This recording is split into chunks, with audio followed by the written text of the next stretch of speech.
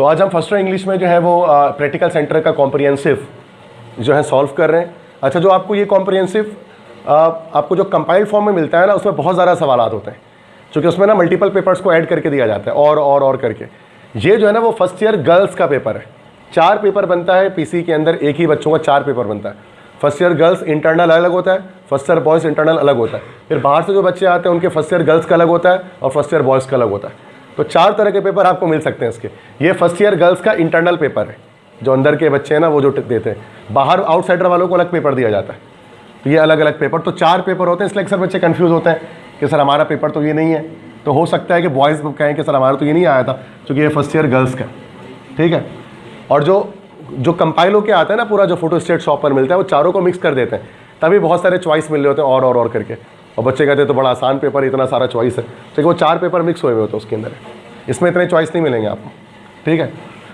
तो ये स्टार्ट कर रहे हैं हम यहाँ पर, ठीक है। तो MCQ सबसे पहले हमारे पास है, मल्टीपल चॉइस क्वेश्चन से 20 MCQs आते हैं, आपको पता है, ठीक है। अब थोड़ा सा आप इसको मूव करें ताकि ये MCQ थोड़ा ऊपर तक आ जाए। हाँ, ये इस तरह से कर लेंगे, हाँ ठीक है। और करें बस, ठीक है। फर्स्ट है, Alice hasn't complaint of any comfort identify the correct prefix. अच्छा, पहला MCQs उन्होंने जो है ना, फर्स्ट MCQs उन्होंने जो है वो दिया है लाइक फ्रॉम ग्रामर बेस्ड दे दिया, पहले ही ग्रामर बेस्ड आ गया, मतलब जो हमें रट्टे से नहीं होगा। कह रहे Alice hasn't complaint of any comfort. Alice ने नहीं शिकायत की किसी कंफर्ट की। आइडेंटिफाई द करेक्ट प्रीफिक्स, तो जहाँ अंडरलाइन होना चाहिए थे यहाँ। कंफर्ट के साथ प्रीफिक्स कौन सा लग सकता है? रिकम्फर्ट, अनकम्फर्ट, मिसकम्फर्ट या डिसकम्फर्ट। डिसकम्फर्ट होता है बेसकूनी, बेआराम जिसको हम कहते हैं। उसका मतलब यह हो गया एलिस ने किसी डिसकम्फर्ट की कंप्लेन नहीं की। जैसे ना जब दर्द क्यों हम कह सकते हैं, या बेचैनी, बेसकूनी को कहते हैं। तो ये करेक्ट प्रीफिक्स लगाना था। तो पहला तो हमारा ग्रामर बेस्ड है। दूसरा देखते हैं, द कोलोसल क्राइम मॉन्स्टर, ये हमारा चैप्टर 1 से आ रहा है, ठीक है। The colossal crime monster as stated in the text is, ये है ना वो काइड ऑन 11 अगस्त 1947। तो उसने कि कोलोसल क्राइम मॉन्स्टर किसको बोला था? द लॉ को तो नहीं बोला था, फेवरेटिज्म भी नहीं, ब्लैक मार्केटिंग को बोला था ना कोलोसल क्राइम मॉन्स्टर, ठीक है। ब्राइबरी को तो पॉइजन बोला था ना उसमें। थर्ड है मिस्टर मॉन्टगोमरे, माई बैंक अकाउंट ना। तो क्या थे मॉन्टगोमरे?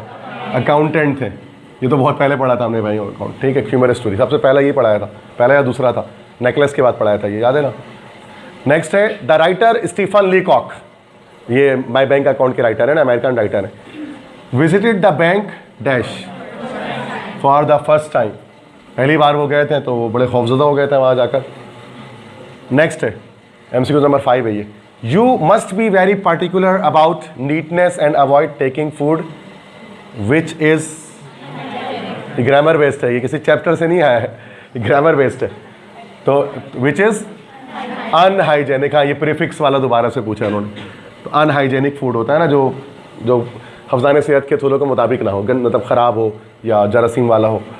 नेक्स्ट है the abbot requested the king, abbot of Canterbury, to give him the time of 3 weeks. लेकिन जब वो पहुंचा तो 3 दिन रह गए थे, मतलब जब वो अपने घर पहुंचा था तो 3 डे, वरना किंग जॉन ने 3 हफ्ते की मोहलत दी थी, लेकिन जब अपने घर पहुंचा तो 3 दिन की मोहलत रह गई थी शिफट के पास जब वो गया। क्लियर है? अगर कोई टेक्नोलॉजिकल रेवोल्यूशन का आएगा तो मैं बताऊंगा आपको, तो वो मैं खुद सॉल्व करूंगा, आप नहीं करोगे। 7वां बीइंग माइंड रीडर। अच्छा, माइंड रीडर क्रिटॉन, ये visit to small planet. Kriton concludes about John that Alan his thoughts were dash, purple thoughts, बहुत easy MCQs। 8 Kriton's spaceship was of this shape, elliptical, ये भी बड़ा आसान है, ये आ रहे हैं हमारे पास इससे ना, लाइक प्ले से आ रहे हैं, ठीक है। 8 तक समझ में आ गया सबको? अच्छा, मैं थोड़ा उसको ऊपर कर दें उसको जरा, ताकि पीछे बच्चों को दिखाई दे। और करें बस, ठीक है, काफ़ी, यहाँ तक हो गया, ठीक है। 8 तक हो गया, ठीक है। नीचे वाला पीछे दिखेगा नहीं, इसलिए मैं ऊपर करवा दे। ये फ़ायदा होता है ना प्रोजेक्टर का, तो मूव कर सकता है। 9th है the comparative word of good is dash, ये दोबारा ग्रामर बेस्ड आ गया। गुड का तो चलो आसान है, बेटर हो जाएगा, गुड बेटर बेस्ट होता है ना, तो बेटर इसकी कंपैरेटिव डिग्री आ गई। पुअर फ्रेजाइल बटरफ्लाइज, ये वही है visit to a small planet. Kriton refers this word for dash, किसको कह रही है? ह्यूमन बीइंग, इंसान को कह रहा है ना कि बेचारे नाजुक तितलियां जिनको मौत आ जाती है, जो मर जाते हैं, जबकि किरेटॉन नहीं मरता। By instinct Mathilde Loisel values dash, necklace क्या है? अपीयरेंस, बिल्कुल सही, नेकलेस से आया। नेक्स्ट एमसीक्यूज है, the thing that was already prevailing in the subcontinent after partition was nepotism, बिल्कुल, नेपोटिज्म एंड जॉबरी, दो चीजें थी ना, नेपोटिज्म हो जाएगा। अकरबा परवरी पढ़ा था ना हमने इसको। 13 the poet chance to see Lucy at the break of day, okay reduce syllabus follow हुआ है। लूसी गिरे का सवाल है, आ सकता है, बिल्कुल आ सकता है। सुर का होली भी आ सकता है आगे, और आगे हमें जो है वो क्या मिल सकता है, और एबॉर्ट ऑफ कैंटरबरी, वो तो मिल गया है। इसके अलावा कोई पोम नहीं मिलना चाहिए, अदरवाइज रिड्यूस सिलेबस फॉलो नहीं हुआ है। हो रहा है ना रिड्यूस सिलेबस फॉलो अब तक। 14th है, कहोलीज can be found even when there is no trace of birds, बिल्कुल सही, सुर का होली से आया, बिल्कुल सही है। 15th है, in the sentence the birds flu in the sky, the underline verb is dash. अब देखो ये ग्रामर बेस्ड है, इसका मैं बता रहा हूँ, ऐसे तो बता सकते हैं बच्चे, क्या इसको ऊपर करें जरा ताकि बस सबको दिख जाए ना क्या है ये। देखो ये आता है transitive, intransitive, regular, irregular verb, पता है ना, हर जगह मिलेगा आपको। मैं शॉर्टकट बता रहा हूँ, शॉर्टकट बता रहा हूँ, दो तरीके से बता सकता हूँ। अब ये जो फ्लू जो वर्ब है ना, अब ये ट्रांजिटिव है कि इंट्रांजिटिव, इसका एक तरीका शॉर्टकट क्या है, दो तरीके बताऊंगा बस, तरीके और भी हैं समझने के। अगर वर्ब के फौरन बाद प्रेपोजिशन आ जाए तो ये इंट्रांजिटिव होता है। तो वर्ब के फौरन बाद प्रेपोजिशन है इन है ना प्रेपोजिशन, तो ये क्या हो गया हमारा इंट्रांजिटिव। एक और तरीका, पहला तरीका नहीं सर ऐसा तो समझ में नहीं आया, दूसरा तरीका, जिसका पैसिव वॉइस पॉसिबल होगा वो ट्रांजिटिव वर्ब है, और अगर पैसिव वॉइस नहीं बन रहा जुमले में तो इंट्रांजिटिव वर्ब है। जैसे कि the birds flu in the sky, तो क्या हम लिख सकते हैं in the sky is phloem was phloem by the bird, क्या तो उसका पैसिव ऐसे बना सकते हो, in the sky was phloem by the birds, हवा को उड़ाया गया परिंदों के जरिए, नहीं ना। तो ये हमारा क्या हो गया कि ये इंट्रांजिटिव हो गया, पैसिव नहीं बनता है इंट्रांजिटिव वर्ब का। प्रेपोजिशन जरूरी नहीं है, ये ट्रिक कभी कभार फेल हो सकता है। आई कम हेयर, मैं यहाँ आता हूँ, कम के बाद कोई प्रेपोजिशन नहीं है, लेकिन आपको पता है ये भी कम यहाँ पर इंट्रांजिटिव वर्ब है। तुम कह सकते हो हेयर इज कम बाय मी, यहाँ आया जाता है मेरे जरिए, नहीं कह सकते ना, तो पैसिव नहीं बनेगा इसका। तो भाई जिसका पैसिव नहीं बनता वो इंट्रांजिटिव वर्ब होता है, और मोस्ट ऑफ द केस में इंट्रांजिटिव वर्ब के फौरन बाद एक प्रेपोजिशन लगा होता है। समझिए कि नहीं समझे? नहीं समझ में आई बात? अगर वर्ब के बाद प्रेपोजिशन है तो वर्ब इंट्रांजिटिव है, नहीं है तो ट्रांजिटिव है, शॉर्टकट। कुछ मसला? तो ये आएगा, लाजमी आएगा ट्रांजिटिव इंट्रांजिटिव के एमसीक्यूज आपके पास, ठीक है।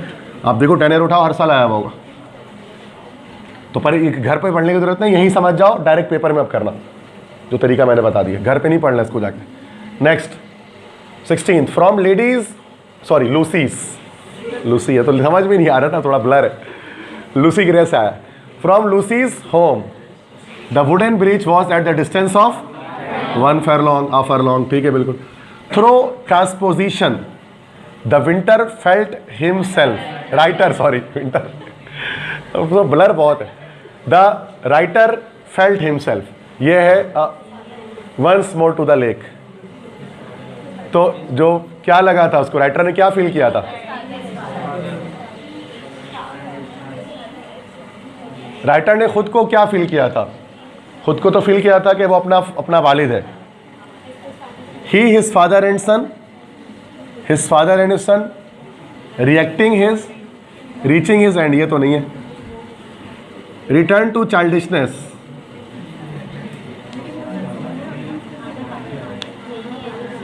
ये क्या मतलब है?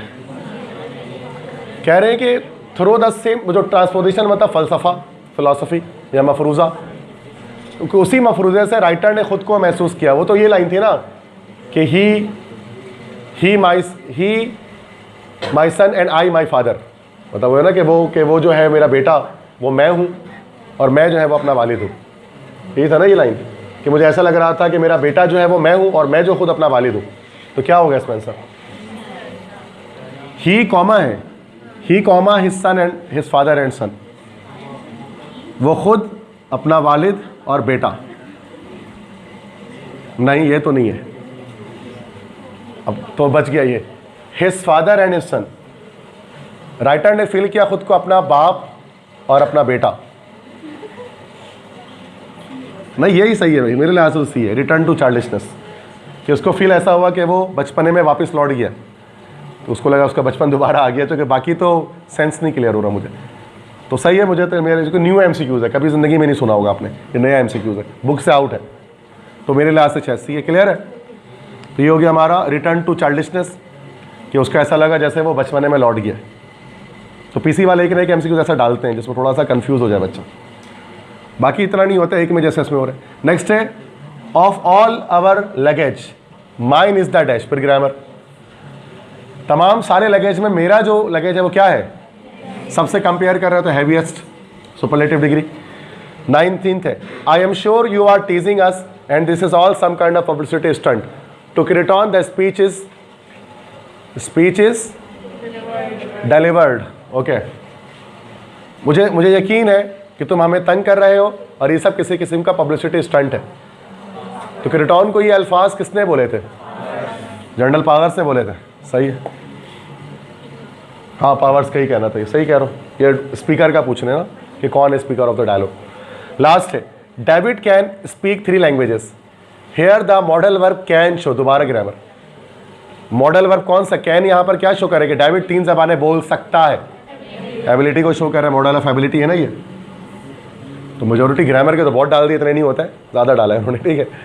तो लेकिन इजी ग्रामर होती है, अलग से पढ़ने की जरूरत नहीं है, नॉर्मल ग्रामर आपको आती है, वही है, क्लियर है। तो चले आगे बढ़ते हैं, सेक्शन बी की तरफ आते हैं, ठीक है। ऊपर करें, कोई मसला तो नहीं किसी को एमसीक्यूज में 20 के 20 समझ में आ गए। अब देखते हैं क्वेश्चन आंसर इन्होंने कहाँ से कौन सा दिया है। ये सबसे पहले आपको पता है कि प्रोज के क्वेश्चन आंसर थे। What was the Quaid vision about religious freedom, ये तो आराम से हो जाएगा। You are free to go to your temple वाला। How did mister Loisel contribute in the cost of the new necklace, किस तरह से नए नेकलेस के लिए पैसा जमा किया उन्होंने, तो लोन वगैरह लिया, ये सब चीज़। हाउ डज टेक्नोलॉजी सिक्योर, ये टेक्नोलॉजी का हम छोड़ देंगे इसको, क्योंकि हम तो सवाल नहीं याद करेंगे, इसका छोड़ना है, पक्का छोड़ेंगे। अब रीज़न मैंने बता दिया क्यों छोड़ेंगे, सवाल पूरा निकल जाएगा अभी हमारा, टेंशन नहीं लो, क्योंकि 2 करना है आपको, मैक्सिमम 2 करना है ना। अब अगला वाला भी अगर वंस मोर द लेक होगा तो वो भी छोड़ना पड़ेगा। हम देखते हैं क्या है। When did the manager look relieved, when he new the purpose of the author's visit, है ना। ये तो वो हो गया ना हमारा माई बैंक अकाउंट। ये भी हमारा हो जाएगा कि मैनेजर क्यों सुकून में आ गए जब उसको पता लगा ऑथर के विजिट का पर्पस, वरना वो शुरू में क्या समझ रहा था कि ये कोई जो है वो स्पाई है, ठीक है, या फिर वो बहुत कोई मिलियनर्स बैरन रॉथस्चाइल्ड का बेटा है, सही है ना भाई। तो बाद में उसको पता लगा कि वो अकाउंट खोलने आया तो वो रिलीव हो गया, तो वर्ड्स में लिख सकते हैं। तो ये तो 3 सवाल तो निकल जाएगा आराम से, इसमें कोई मसला। तो एक टेक्नोलॉजिकल रेवोल्यूशन का आ गया, लेकिन 3rd, बट हम नहीं याद करेंगे, टेंशन में नहीं आओ कि सर ये आ जाए तो छोड़ेंगे ना भाई, क्या मसला है, बाकी भी तो सवाल पड़ा है, वहाँ से अटेम्प्ट करेंगे। आ जाओ नेक्स्ट आओ, सबसेक्शन 2। अब इसमें इनको ज़रूरी है कि इन्होंने 3 पोम से दिया हो क्वेश्चन, और किसी एक पोम से 2 दिया होगा उन्होंने, यकीन ऐसे ही होगा ना बेटा। सुर का होली, एबर्ट ऑफ कैंटर, लूसी गिरे। अब मैं फर्स्ट टाइम देख रहा हूँ, आप भी देखें। What happened to Lucy while she was going to town, हो जाएगा आराम से इंसिडेंट उसका। Why did the shepherd not accept king's offer, because he can not write और रीड। इस वजह से उसने बोला था ना कि मैं तुझे आज के दिन एबर्ट बना देता हूँ। तो किंग जॉन ने बोला ना चरवाहे से, उसने बोला नहीं मैं पढ़ नहीं सकता लिख नहीं सकता, तो आप मुझे नहीं बनाए, तो ये हो जाएगा आराम से। What efforts did the abbot के 2 सवाल, make in order to save himself. Abbot ने क्या कोशिशें की खुद को महफूज करने के लिए, किससे भाई, बादशाह से। तो उसने क्या कोशिश किया, उसने वो कैम्ब्रिज यूनिवर्सिटी किया, ऑक्सफोर्ड यूनिवर्सिटी किया, है ना, तो वो सब कोशिश किया ना उसने। फिर बाद में उसने अपने शिफर्ट से बोला कि वो उसके सवाल का जवाब दे दे। तो अपने वर्ड से इंग्लिश में कर रहे हो ना उसको, तो ऐसा कोई मसला नहीं। मुझे नहीं पता आपने इसको याद किया नहीं किया, बट ये इजी क्वेश्चन है, ये तो कहानी बेस्ड है। अब देखो टेक्नोलॉजिकल रेवोल्यूशन वो सवाल ही मुश्किल था, वो खुद से करने की कोशिश नहीं करना, उसको याद नहीं, छोड़ दो। ये चैप्टर्स ऐसे खुद से भी लिखा जा सकता है, एबर्ट ऑफ कैंटरबरी कहानी है। वेयर एंड वाई डू काहोलीज spend their days and night, ये हो जाएगा सुर काहोली से, हो गया सवाल निकल गया। तो ये कोई रिड्यूस सिलेबस फॉलो हुआ है, सारे पोम्स नहीं डाले। आगे आते हैं, अब ये इसके तो 4 निकल जाएंगे हमारे। Done. What extraordinary powers does Creton possess and how does he exhibit these? Powers के बारे में बता दें। How did a describe Crichton spaceship, elliptical है, 14 फीट डायमीटर, ये सब. Why did Spalding object on the marriage of Ellen with John, वो Ellen की जॉन से क्यों शादी नहीं होने देना चाहता था. ये कर लोगे आराम से, ये याद किया होगा. Describe the reactions of different characters to Crichton visit, ये तो बुक का सवाल डायरेक्ट आ गया. ठीक है, तो हो गया सवाल, आराम से निकला. सिर्फ एक सवाल टेक्निकल रेवोल्यूशन का छूट रहा है, बाकी सब निकल जा रहा है. अब आ जाओ सबसेक्शन 4 जो मेन है, जो ग्रामर हमारे पास है. ठीक है, थोड़ा सा प्रोजेक्टर और इस तरफ कर दें. हाँ, कर ले को मसला नहीं, सही है. ये तो ज़रूरी है, इसमें हमें 2 करना है. Change the narration, change the voice. आखिरी के 2 नहीं करने, बट मैं लिख करा दूंगा, मतलब मैं सिखा दूंगा. ऐसे ही आपको पेपर में नहीं करना है, वो चूँकि वीडियो रिकॉर्ड हो रही है तो उस चक्कर में करा दूंगा बस. वरना हम पेपर में बस ये 2 करेंगे. जो भी आप मुश्किल है चाहे आसान है, यही 2 करना है, आखिरी का नहीं करना है 2, क्योंकि हमें पास चारा नहीं है, मजबूर है इसमें ये 2 सवाल करने के. हमने यहाँ पर कोई भी आपको चॉइस नहीं छोड़ा हुआ है. वो नरेशन वॉइस जैसा आ जाए करना हमारे लिए फ़र्ज है उसको. अब देखते हैं कितना मुश्किल है, आसान है. I said to her what is your next plan. Okay, interrogative. ठीक है, बनाता हूँ मैं. आई सेड टू हर क्या हो जाएगा, उसका मतलब है आई आस्क्ड सर, सामने बनाया तो. ठीक है, आई आस्क्ड हर, कन्फर्मेटिव नहीं है, इन्फॉर्मेटिव है, तो व्हाट आ जाएगा. व्हाट के बाद इज जो है ना वो next plan, your next plan के बाद चला जाएगा. तो और योर सेकंड पर्सन किससे चेंज हो जाएगा, ऑब्जेक्ट से. तो हर क्या हो जाएगा, शी. तो व्हाट नहीं, हर ही रहेगा ना. अच्छा सॉरी, हर हो जाएगा, शी थोड़ी ना, पॉजिटिव केस है ना, तो योर का हर हो जाएगा. What her next plan.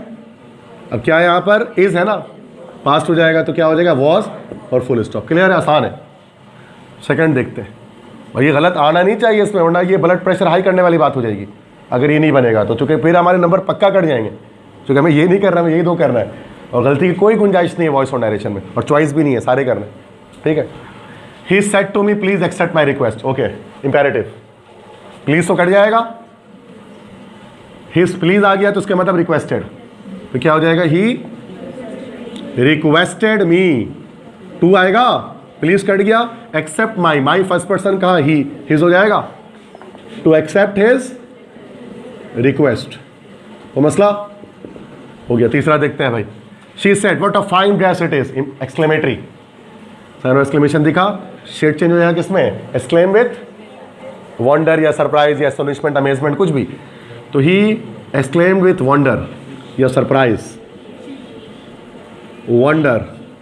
That what cut जाएगा और अ फाइन ड्रेस एंड में आ जाएगा. अच्छा शी है, सॉरी, ये सब तो चलता है ना.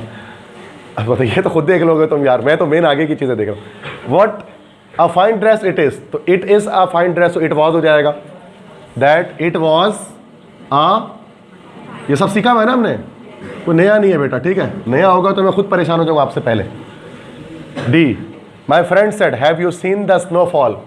ओके, इंटेरोगेटिव लेकिन कन्फर्मेटिव. इफ लगेगा कॉमा हट के, तो माई फ्रेंड सेड के बजाय क्या हो जाएगा, my friend asked if. Whether भी लग सकता है, हैव चला जाएगा इसके बाद, यू सेकंड पर्सन चेंज हो गया, माई फ्रेंड, ही नहीं. अब देखो फंस गए. यू सेकंड पर्सन ऑब्जेक्ट नहीं है, ऑब्जेक्ट नहीं होता तो क्या करते हैं, मी कर लेते हैं ना, तो आई हो जाएगा. इफ और हैव सीन तो क्या हो जाएगा, had seen. If I had seen the snowfall. ठीक है बेटा, हो गया सारा, कोई मसला तो नहीं रहा किसी में. अगर आप फर्स्ट टाइम आता तो आप यार सारा ऐसे ही करते हैं या गलत करके आते हैं, सेम करके आते हैं या चेंज करके, यही करके आते हैं ना. आपको लग रहा है कि नहीं सर मुझसे तो ये नहीं होता, ये तो बड़ा मुश्किल वाला आ गया. अगर ऐसा फील हो रहा है इसका मतलब आप बोर्ड में भी नहीं करने वाले, गलत करके आने वाले हो आप भी. और अगर आपको लगता है नहीं सर ये तो मैं भी ऐसे ही बनाता, दैट्स ओके, इसका मतलब आपकी तैयारी अच्छी है, सही है. अब नहीं है तो नरेशन की क्लास आपने छोड़ी है, इसका मतलब है नरेशन की क्लासेस लें. रिकॉर्डेड लेक्चर पढ़े हुए मेरे पास लाजमी ना, वहाँ से देख लें. ये सारा मेरे लेक्चर्स के अकॉर्डिंग ही, कोई आउट नहीं है. वरना कभी आउट भी होता है, नरेशन होता है लेकिन इसमें आया नहीं है, बट आ सकता है. ठीक है ना, मतलब आ सकने से मुराद के अगर परेशान करने वाली बात है तो कर सकते हैं, बट लकीली नहीं करते हैं. 10 ईयर में भी किसी में नहीं किया है उन्होंने परेशान. कर सकते हैं बट अल्लाह का करम है कि नहीं करते परेशान बच्चों को नरेशन में. वरना ग्रामर ऐसी चीज़ है, परेशान बहुत किया जा सकता है स्टूडेंट्स को, क्योंकि वो तो समंदर है ना ग्रामर, तो उसका कोई लिमिट थोड़ी ना, क्या पूछ सकते हैं, कुछ भी पूछ सकते हैं. ठीक है, बट वो परेशान नहीं करता. आ जाता है वॉइस करते हैं, वॉइस तो ज़्यादा आसान है नरेशन से. The dog chase the cat, तो ये तो सिंपल है, पास्ट इंडेफिनिट है, तो क्या हो जाएगा, the cat was chased by the dog, clear है।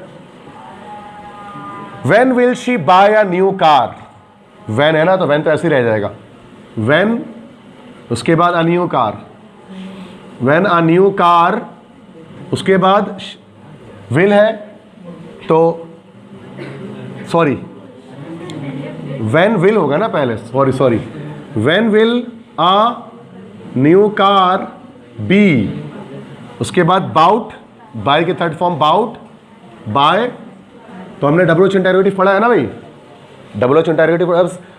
हु जब होता है तो बेटा वो बाय हुम बनता है, हु के अलावा कोई भी डब्ल्यू एच वर्ड होगा वो एज इट इज आ जाएगा, उसको हम बाय हुम नहीं बनाते, पक्की बात है ना, इसलिए वैन को वैन छोड़ना है, हु होता तो बाय हुम करते हैं, लेकिन इसमें ऐसा कोई सवाल नहीं है। She was helping the wounded women, past continuous, was word के साथ एनजी लग जाएगा, तो पहले ये ऑब्जेक्ट लगा लेना, क्या हो जाएगा, द वुंडेड वुमेन, अच्छा वुमेन में ई आ रहा है, बहुत सारी हैं इसका मतलब है, तो वॉज नहीं वर बीइंग, उसके बाद हेल्प्ड बाय हर, हेल्प्ड बाय हर, समझ गए, क्लियर है। वॉज नहीं लगाने क्योंकि वुमेन में ई आ रहा है, एक औरत नहीं बहुत सारी जख्मी औरतें हैं, तो वर, छोटी सी गलती पे 0 नंबर, ये ग्रामर है, बहुत सोच समझ के करना होता है, तो एक ही गलती तो हुई है बट 0 हो जाता है। Does she like pink colour, okay ये हो गया हमारा इंटरोगेटिव, डज हो जाएगा is am are, pink colour आ रहा है तो इज हो जाएगा, is pink colour liked by her question mark. समझ में आ गया बेटा सबको, क्या आप यही करते या नहीं करते, कर लेते ना, ये यही करते तो सही है बेटा, नहीं करते मतलब खतरे की घंटी है ये, इसका मतलब आपको नहीं आता है, आपके बिना 4 नंबर यहाँ कटे, 4 नंबर यहाँ कटेंगे, 8 नंबर हो रहे हैं, बाकी 2 नहीं करना है हमें, बाकी सवाल हमारे पीछे निकल जा रहे हैं ये, लेकिन हमें लाजमी करना है, मैंने जो पैटर्न बताया उसके अकॉर्डिंग, क्लियर है बेटा, आगे बढ़े, बाकी 2 करके दिखाता हूँ। अच्छा ये भी पता लीजिएगा मैं क्यों छोड़ने बोलता हूँ उसको, ये भी समझ में आएगा आपको, ठीक है, बता दूँ ना इसको, वैसे रिकॉर्ड हो रहा है, कोई मसला नहीं है, आप घर पे देख सकते हैं दोबारा से, रात 10-11 तक अपलोड हो जाएगा ये। 5वां है spot the errors and do the correction of verb, preposition and adjective in the following sentence. ये चीज़ें हम लोग, मैंने बताया कि हम एप्टीट्यूड टेस्ट के प्रिपरेशन में बच्चों को सिखाते हैं, मैं खुद सिखाता हूँ, और लेक्चर्स भी पढ़े हुए, 1-2 नहीं 50 लेक्चर पढ़े हुए एनईडी की तैयारी के लिए, और इन सब के लिए स्पॉटिंग एरर मैंने कराए हुए, एक से एक मुश्किल से मुश्किल कराए हुए, लेकिन मैं फर्स्ट टाइम में मना करता हूँ बच्चों को करने से, क्योंकि फर्स्ट टाइम में भी हम नंबर्स के लिए असल में वो कर रहे हैं, मेहनत कर रहे हैं, और कोई ऐसा सवाल जो नंबर बिला वजह कटवा दे हम उसको दूर भागते हैं वहाँ से, जैसे ये स्पॉटिंग एरर है। हाँ जिसकी ग्रामर अच्छी है वो लाजमी करे, फिर वो मेरे कहने पर ना चले, वो करे स्पॉटिंग एरर, लेकिन जिसकी नहीं है, और मेजॉरिटी की नहीं अच्छी होती है, 50% से ज़्यादा बच्चे क्लासरूम में होते हैं जो ग्रामर नहीं कर पाते या ठीक तरह से नहीं कर पाते, तो उनके लिए यही है बेटा कि वो छोड़ दें उसको। चलो भाई, the earth, sorry I had written him a note yesterday, क्या आप, चले मैं आपसे पूछता हूँ, चले थोड़ा सा आपसे कंट्रीब्यूशन लेते हैं, क्या आप में से कोई भी बच्चे गलती निकाल सकते हैं जुमले के अंदर, देखते हैं क्या पता निकाले को, एक भी बच्चा जिसकी ग्रामर अच्छी हो, पहले सवाल ही फंसोगे मुझे पता है, फंस गए, इसलिए मना करता हूँ, नहीं सर हम करेंगे, करो स्पॉट द एरर, कोई ऐसा आराम से हो गया था, वो ये नहीं होगा।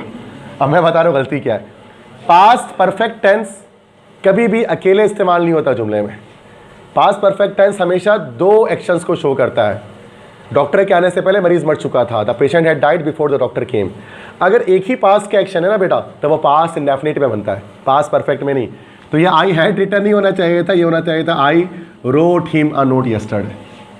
अब ये ग्रामर आती है अच्छी तो आप कर पाते उसको, लेकिन आप किसी ने नहीं बताया, याद अब याद आ रहा है, हाँ सर ऐसा होता है, तो एट अ टाइम पूरा ग्रामर आपके जहन में होना चाहिए। चलो दूसरा देखते हैं, the earth is closest to the moon than the sun, ये आसान है, ये तो बता दो यस ये आ गया, जैसे उन्होंने बताया कि the earth is closer to the moon, तो देन आ रहा है ना, तो कंपैरेटिव डिग्री आएगी, सुपरलेटिव नहीं आएगी, क्लोज क्लोज क्लोजर क्लोजेस्ट, ये सही बताया आपने, क्या नाम था आपका, फायजा काशिफ, ठीक है, तो उन्होंने सही बताया, सी तारीफ होगी, जाहिर सी बात है, उन्होंने परफेक्ट पूरी क्लास में बताया। कॉलेज कौन सा आपका, PCHS बैम, PCHS से ताल्लुक है इनका, गुड, बहुत सारे बच्चे लेक्चर देखते हैं तो आपकी तारीफ होगी उसमें। सी इज़ अफ्रेड फ्रॉम डॉग, कौन बताएगा? ये तो सभी ने बता दी है। यस, ये एक प्रेपोजिशन मिस्टेक है, अफ्रेड ऑफ डॉग। अफ्रेड के साथ फ्रॉम नहीं आता, afraid of something phrasal verb है, तो ऑफ करना होगा। D, I am not feeling well since अप्रैल। कौन बताएगा? कौन बताएगा गलती कहां पर है? हाँ बोलो। नहीं, गलत बता रहे हो, दोबारा बोलो आप। चलो माता मानूर क्या कह रहे हो आप? आई हैव नॉट बीन, बिल्कुल। अब यहाँ अगर सिंस आया ना कि मुझे अप्रैल से अच्छा महसूस नहीं हो रहा है, तो अगर ये सिंस आ गया तो उसके मतलब the tense must be perfect continuous, और ये हेल्पिंग वर्ब लगा हुआ किसका? कंटिन्यूअस का। तो एम के बजाय क्या होना चाहिए था? I have not been feeling well since April. Since for आया तो परफेक्ट कंटिन्यूअस। लेकिन देखो बहुत इरेगुलर पैटर्न है। यहाँ देखो टेंस का मसला आया, यहाँ एडजेक्टिव का मसला आया, यहाँ प्रेपोजिशन का मसला आया, यहाँ पर टेंस का मसला आया। ये बड़ा फालूदा बना होता है इसके अंदर। चलो कोई एक आया ना कि चारों एडजेक्टिव आ जाए तो बच्चों को सिखा दे, और इसके अलावा भी तरीके हो सकते हैं इसमें चेंजिंग होने के। ये होने के ये याद करके कि यही चार आ जाएगा, सोच है आपकी, ठीक है। क्योंकि ग्रामर में तो चीज़ें नहीं होती है, तो बेहतर है कि इसको अवॉइड किया जाए। और दूसरा अवॉइड करेंगे डू एज डायरेक्टेड, इसको ऊपर करें। और अब देखते हैं इसकी क्या चीज़ है ये डू एज डायरेक्टेड में। The boys said we have a holiday. अब पंक्चुएट, अब पंक्चुएशन करनी होगी इसको सबसे पहले तो the boys said comma inverted comma we का डब्ल्यू कैपिटल हो जाएगा। ये चीज़ करनी, चलो ये तो फिर भी आसान है, कर लेंगे, ठीक है। If I came to Pakistan complete the sentence, conditional sentence. अब इस एक को करने के लिए आपको पूरा कंडीशनल सेंटेंस पढ़ना पड़ेगा। टाइप 0, टाइप 1, टाइप 2, टाइप 3 पढ़ा है? First, second, third, zeroth, order of reaction नहीं बता रहा, ये कंडीशनल सेंटेंस है, ठीक है। पढ़ा है किसी ने? अब इफ़ आई केम, वर्ब की सेकंड फॉर्म आ रही है पास्ट इंडेफिनिट। अगर मैं पाकिस्तान आया, तो पास्ट इंडेफिनिट जब आता है तो वुड के साथ फर्स्ट फॉर्म आती है। तो if I came to Pakistan comma I would visit Murree, कुछ भी लिख सकते हैं, कंप्लीट करना है सेंटेंस को।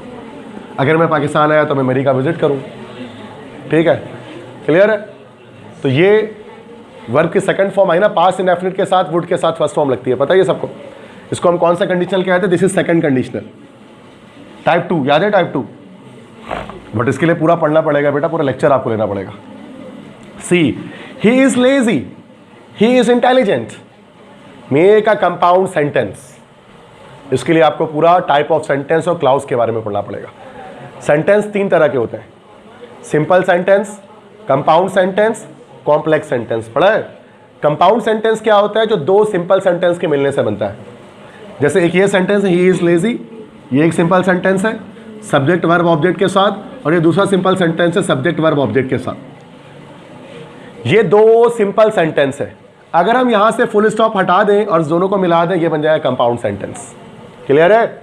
और कंपाउंड सेंटेंस जब भी बनाते हैं तो उसके अंदर हम लोग कोऑर्डिनेटिंग कंजंक्शंस यूज़ करते हैं। कोऑर्डिनेटिंग कंजंक्शंस जिसको हम कहते हैं फैन बॉयज, याद है? Fan boys. और फैन बॉयज मतलब फॉर, एंड, नॉट, बट, और, येट, सो। इसमें से कोई एक लगाना है यहाँ पर लेजी के बाद और ही से पहले। ही is lazy but he is intelligent, ये हो गया हमारा कंप्लीट। सही है? समझ में आया? तो इसके लिए पूरा आपको ये सब पता होना चाहिए। एक सिंपल सेंटेंस क्या होता है, कंपाउंड क्या होता है, कॉम्प्लेक्स क्या होता है, डिपेंडेंट क्लॉज क्या होता है, इंडिपेंडेंट क्लॉज क्या होता है, सबऑर्डिनेटिंग कंजंक्शन क्या होता है, कोऑर्डिनेटिंग कंजंक्शन। कुछ यूट्यूब पे सब मिल जाएगा आपको मेरे, बट ज़रूरत नहीं है, कुछ और याद कर लो इतने दिन में। ये सवाल हम करेंगे ही नहीं, ठीक है।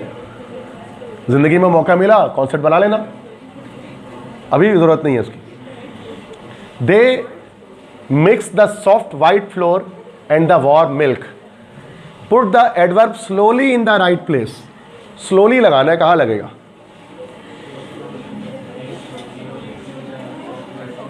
स्लोली कहाँ लगेगा? They mix the white soft white flour, slowly नहीं, एंड द वार्म मिल्क नहीं, स्लोली मिक्स से पहले लगेगा ना। स्लोली इन्होंने मिक्स किया सॉफ्ट वाइट फ्लोर को और वार्म मिल्क को, तो ये स्लोली यहाँ लगा देंगे तो ये हो जाएगा। ये कहलाता है डू एज डायरेक्टेड। ब्रैकेट में जो लगा है वो काम कर दो, समझ गए? तो आप देख सकते हो कि यार ये दोनों में ना परेशानियां हैं, ईमेल टू द डायरेक्टर के electric complaining against the frequent power breakdown electricity off load shedding. देखो फ्रीक्वेंट पावर तो सही है, बट लिखे ना एडिटर को लिखने बोला है ना ही प्रिंसिपल को, तो एडिटर कर देना है वहाँ पे। टू द एडिटर लिखते हैं ना, to the director ABC newspaper की जगह के इलेक्ट्रिक हो जाएगा उसके अंदर, ठीक है। और वहाँ पर डायरेक्टली आपको प्रॉब्लम बता देना, ये नहीं बताना है कि हमने न्यूज़पेपर में आप में छाया करना है। आपके शुरू की लाइन्स आपको ख़त्म करनी पड़ेंगी। थोड़ा बहुत सेंस है ना बेटा, वो कर लेना। आता नहीं है वैसे डायरेक्टर का, बट कर लेंगे उसको। आता तो एडिटर का या प्रिंसिपल का ही है, ठीक है। तो ये डायरेक्टर लिख दिया, यहाँ पर एडिटर होना चाहिए था, ठीक है। क्लियर है, तो मसला नहीं है, आउट हो गया, कोई इशू नहीं। और write a formal email to the principal of your college, ये आता है ना, requesting him to grant permission for an educational visit to the NAD university. सही है, लिख तो लिख लेंगे, तो ये नहीं लिखना और करके ये वाला कर लेंगे और क्या, सही है ना भाई। प्रिंसिपल टू द कॉलेज का तो अच्छा। और write a report, report writing हम नहीं करते, ये report about science exhibition held in your college. Report writing मैंने मना किया आपको, हम ईमेल करेंगे। क्लियर है, और नीचे करें बेटा, मैक्सिमम हो गया ये, ठीक है। राइट अ नैरेटिव अकाउंट नहीं करना, हम लिखेंगे ऐसे, कंपेयर एंड कंट्रास्ट आया हुआ है, देख लो यहाँ पर भी क्या आया हुआ है, डिजिटल लाइब्रेरी वर्सेस फिजिकल, ये पेपर बुक वर्सेस ई बुक इंपॉर्टेंट है, मैंने बोला उसको करना होगा। Online shopping versus physical shopping, हमने तो ऑनलाइन एजुकेशन वर्सेस देखते हैं अभी, बाकी भी देखता हूँ मैं। तीसरा electronic media versus print media, ये भी मैंने देखा कुछ जगहों पर आया हुआ है। Vocational education versus academic education, मतलब स्किल्स वर्सेस एजुकेशन। तो मैं यहाँ पर अच्छा है, अच्छे ऐसे हैं, इसमें ये ऐसे है, इसको कर लेना है, इसको छोड़ दें। ऑनलाइन शॉपिंग ये भी छोड़ दें, लेकिन ये कर लेते हैं electronic media versus print media, ये याद कर लेंगे। अच्छा ये इलेक्ट्रॉनिक मीडिया, क्योंकि DJ कॉलेज में भी आया भाई कल जो सॉल्व कर रहा था, और यहाँ पे भी दिख गया। बाकी ये पेपर बुक वर्सेस ई बुक है, ये भी कर लेना है, ठीक है ना। तो ये दो ऐसे, बाकी दो छोड़ दें उसको, लेकिन ये दो कर लेंगे, ठीक है। तो हर ऐसे सब सर कॉलेज का हर ऐसे नहीं करेंगे, ऐसे तो 50 ऐसे हो जाएगा। तो हम सिर्फ देखते हैं भाई यहाँ से ये इंपॉर्टेंट है, यहाँ से ये, तो मैं टिक कर देता हूँ, सही है। तो मेरे लिहाज से ये ज़्यादा इंपॉर्टेंट है ये तो। क्वेश्चन 6 है, draft a covering letter along with CV resume for the post of an accountant और अ प्राइमरी स्कूल टीचर, दोनों ही कर सकते हैं। अकाउंटेंट के लिए तो कॉमर्स वाला जो आ जाएगा, और स्कूल टीचर के लिए भी बताया था कैसे करना है, हो जाएगा CV और कवरिंग लेटर। अब आ जाए पैसेज पे, तो ये जो उसमें सारा टाइम खाता है हमारा, ये जो सारा टाइम खाएगा सेक्शन C में वो पैसेज खाएगा, क्योंकि ये एक नई चीज़ है, ये स्किल है। बस रोक दें,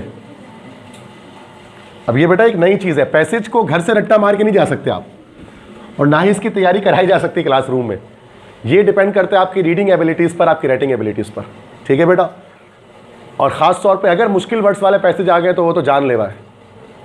जैसे DJ कॉलेज का कल करा रहा था, वो बड़ा आसान था, वो एक कहानी लिख दी थी एक वाइज ओल्ड मैन की, वो तो मज़े से बच्चों ने कर लिया था। लेकिन ये मैंने पहली लाइन में समझ में आ गया, टेढ़ी खीर है थोड़ी है, कुछ पैसेज होते हैं टेढ़ी खीर होता है ना, 9 में भी देखा होगा।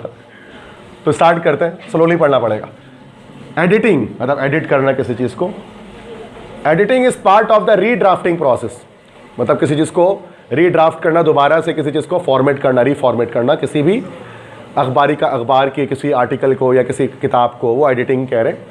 एंड ईमेल्स और या एंटेल्स और इस चीज़ को काबिल बनाना, चेकिंग द टोन, कि हम चेक करें जो टोन है राइटिंग का, स्ट्रक्चर चेक करें, कंटेंट क्या है उसका वो चेक करें। एडिटिंग में ये सब किया जाता है, मतलब एडिटिंग को एक्सप्लेन कर रहे हैं, जो बुक वगैरह न्यूज़पेपर एडिट करते हैं ना, एडिटर्स होते हैं।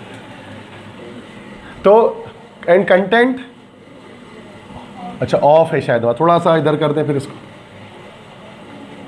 थोड़ा सा प्रोजेक्टर इधर कर दें, सही है। Of your written work to ensure that it has a logical and coherent flow, ताकि इस बात को इंश्योर हो जाए, इस बात की यकीन दहानी हो जाए कि जो लिखा हुआ है वो लॉजिकल है, मंतकी है, एंड कोहेरेंट फ्लो, और मुनासिब है, मतलब एक पैटर्न को फॉलो कर रहा है, वो कोहेरेंस है उनके अंदर जुमलों में, मतलब एक रब्त है, रब्त उसके अंदर मौजूद है, एक कोहेरेंस मौजूद है। एंड एक्सप्रेसेस आइडियाज़ क्लियरली, और वो जो लिखी हुई चीज़ है वो अपने ख्यालात को एक्सप्रेस कर, इजहार कर रहा है बहुत वाज़े तौर पर। एडिटर का काम यही होता है कि आपने लिख कर दे दिया, उसमें काट छाट करता है, चेंजिंग करता है, ताकि वो बेहतर तरह से हो जाए। एंड करेक्टली मतलब क्लियरली एंड करेक्टली, मतलब वाज़े भी हो और सही भी हो।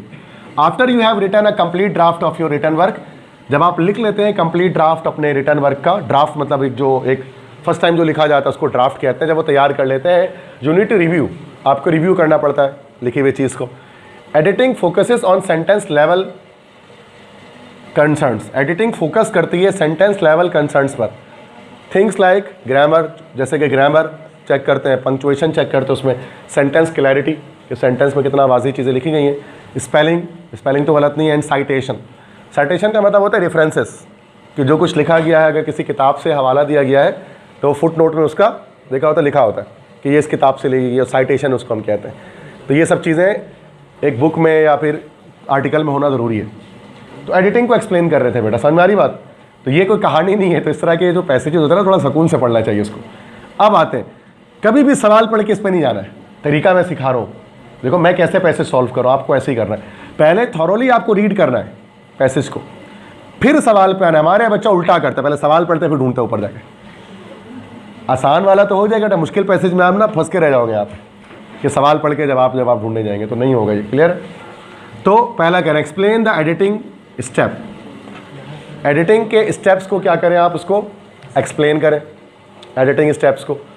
तो एडिटिंग का स्टेप यहाँ पर है, कहाँ पर बताया उन्होंने? ओके, तो first entail checking the tone, structure and content of our written work.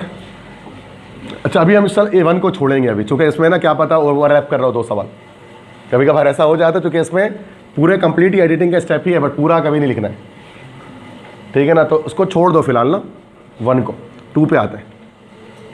Y is it necessary to proofread a text? Proofread करना क्यों जरूरी है टेक्स्ट को? तो यहाँ पर आ गया, after you have written a complete draft और your written work you need to review, ठीक है? अच्छा, editing focus on sentences level concern like grammar, punctuation, sentence clarity, spelling and citation. Okay, अब देखो 2 पार्ट्स इसमें टूट रहे हैं, एक ऊपर और नीचे, एक सवाल के, एक दूसरे सवाल का। तो 1 और 2 के लिए वो जगह है, और शायद यहाँ पर पूरा पैसेज आपका एंड हो जा रहा है। थर्ड देखते हैं, व्हाट डज, अभी मैंने निशान नहीं लगाया, इसको दोबारा मिटा रहा हूँ, ठीक है? What does editing focus on? Editing किस पर फोकस करती है? कहाँ होगा इसका लिखा हुआ है? नंबर 1 ना, वो बताओ। Second last editing focus. Okay चलो, ये तो डायरेक्ट लिख गया ना, ये डायरेक्ट 3 का हो गया, 3 का मामला तो सॉल्व हो गया, क्योंकि ओवरलैप नहीं करना है।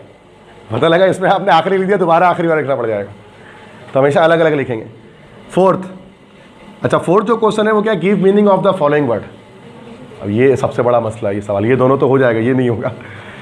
और make a precis of the following passage and suggest a suitable title, नहीं करेंगे।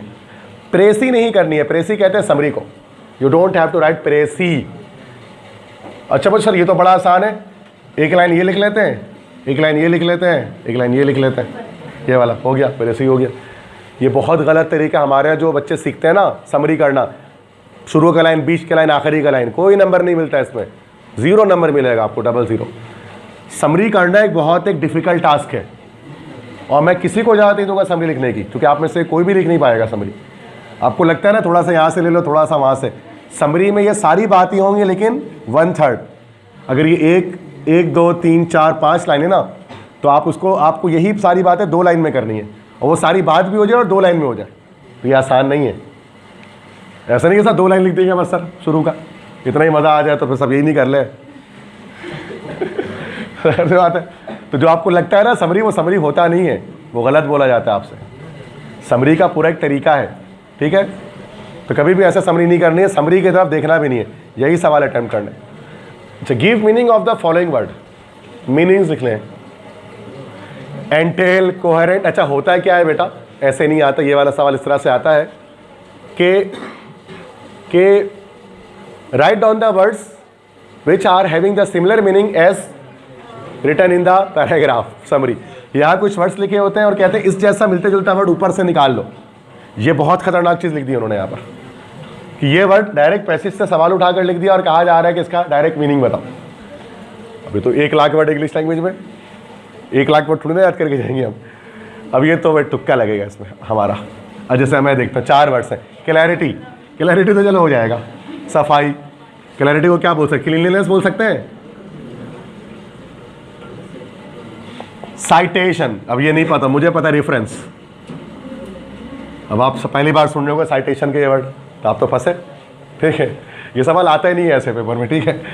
कोहेरेंट, कोहेरेंट मतलब सर रब्त हो, कनेक्टेड, जैसे कोहेरेंट वेव्स होती है ना जो मिलकर जाती है, कनेक्टेड। एंटेल, यहाँ है ना कि इस part of the drafting process and एंटेल्स, entail का क्या बताया था? काबिल बनाना किसी चीज़ को, एनेबल्स। तो ये तो गलत आप तो नहीं कर पाएंगे ना, तो ये ऐसे नहीं आता, ठीक है, परेशान नहीं हो। तो ये तो हर कोई फंसेगा ऐसे, क्योंकि मीनिंग अब कितने वर्ड मैं आपको सिखा दूंगा, 50,000, 1 लाख, 2 लाख, 10 लाख, कितने वर्ड सीखोगे? और पागल है, कुछ और याद नहीं कर लेते देर में। मैं बोला बेटा ये पूरी डिक्शनरी याद कर लो, ये वाला सवाल निकल जाएगा। तो ये तो बोलने में आसान है, करने में थोड़ी ना आसान है। सही बात है ना भाई, इसके लिए पूरी डिक्शनरी याद होने चाहिए ना आपको।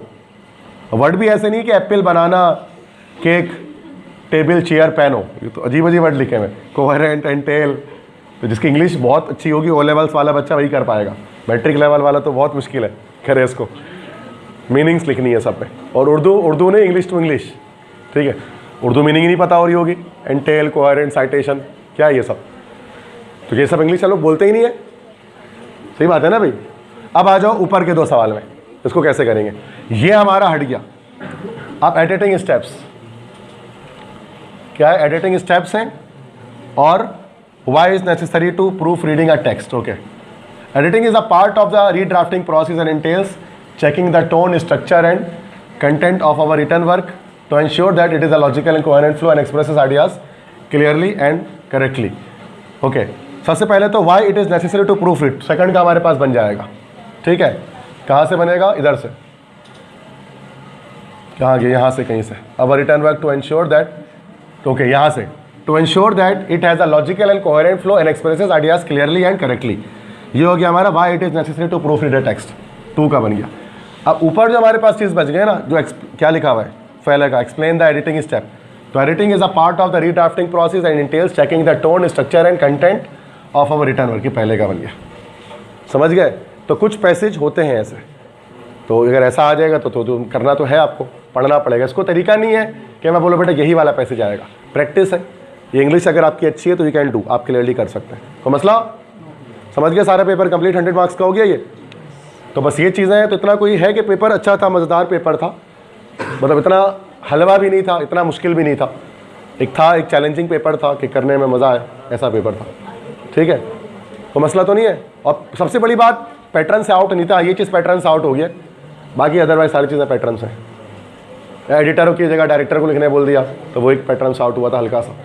इतना तो कर सकते हैं ना यार, इतना मसला नहीं।